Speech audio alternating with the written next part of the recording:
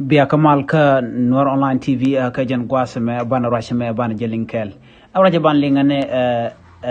ler mishito ka rewisha ka Kenya ka Nairobi shala dina na lerame en go tekere nyal dini Kenya mi Japan ka to quarantine en keb dini rewish ka Kenya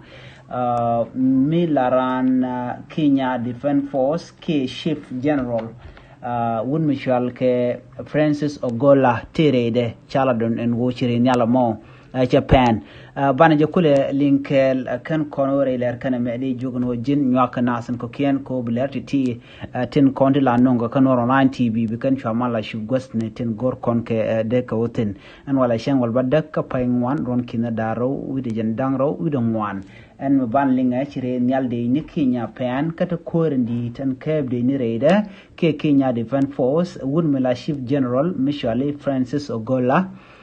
Japan raid ramamo ko de ni mandina jan rewe ka Kenya cha tuogan wo te are re nyala Japan o Kennedy ni koken gwasa me chire nyal mi jel ka ko de ni Kenya mandi Chief of Defense and Chief of Defense te re nyala mo Chief of Defense Force ni Francis Ogola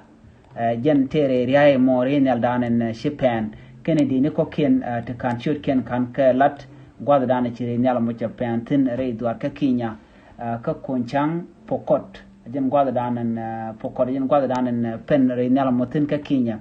chawraje mo chajala de muktab der tin tere wishe ka Kenya ka do dan chire nyala mo Japan keje shakwar mo che naka kwar mdi long kana dini ko kent didba chala do jen were wish emedo dien te ga dul gor kam wale ben wini mo kan le ko gwas men bar ko do bran shalat keje chai lada no shiri nyala mo Japan ke sha wang gwad dan penetin katel rami shi te ke shi ken re gwad dan shiri nyala mo Japan tin chawraje mo shajalat cinedi yalan kontrere nyala mo shika liu kandial ne to ngon gwas melat ke jo dong dera siase ka do dana shagui ke je ngoda kan do dan lero daga je kanane ngach kuna te ke investigation kari ga dan shore lare wichin ni ka Kenya ke ka do dan shirika mo to ko je